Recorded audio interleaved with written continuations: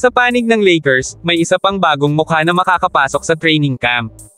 Isa itong guard na kilala sa energy, instant scoring, at kakayahang mag-adapt sa iba't ibang sistema.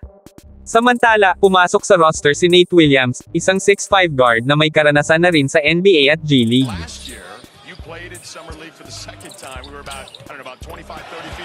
Sa nakaraang 2024 hanggang 2025 season, naglaro siya ng 20 games para sa Houston Rockets, kung saan nagtala siya ng 3.3 points sa loob ng 7 minutes kada game.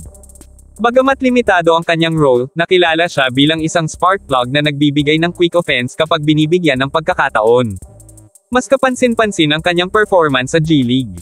Sa 3 season kasama ang Rio Grande Valley at Salt Lake City Stars, nag-average si Williams ng 14.7 points, 4.0 rebounds at 2.4 assists sa halos 29 minutes.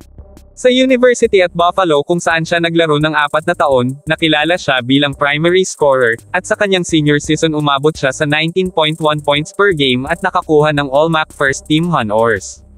Ayon kay Coach Steve Hetzel na nakatrain kay Williams sa G League, he is a tough competitor who brings energy every night.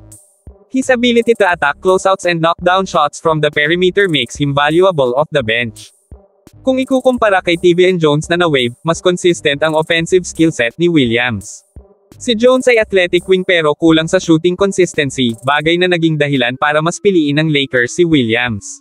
Sa sitwasyon ng Lakers, malaking tulong ang isang guard na may kakayahang magbigay ng scoring burst lalo na kung magpapahinga sina Luka Doncic o Austin Reaves. Ang presensya ni Williams ay pwedeng maging insurance piece sa guard rotation, kung saan kailangan ng Lakers ng flexibility sa playmaking at shooting. At samantala, hindi garantiya ang kanyang spot sa final roster. Kailangan niyang patunayan sa training camp na kaya niyang mag-adjust sa mas mataas na level ng laro at ipakita na kaya niyang maging reliable kahit sa limited minutes. Kung magawa niya ito, may tsansa siyang maging parte ng second unit bilang energizer at scorer.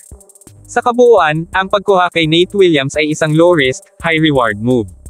Hindi siya superstar signing, pero kung magagamit ng tama, maaari siyang maging valuable piece sa bench unit ng Lakers. Ang susi ay nasa kanyang consistency at kung paano siya makakahanap ng niche role sa rotation ni Coach JJ Redick. I-comment ang inyong thoughts sa baba at huwag kalimutang i-like at i-subscribe para sa mas marami pang Lakers updates. About 25-30 feet away.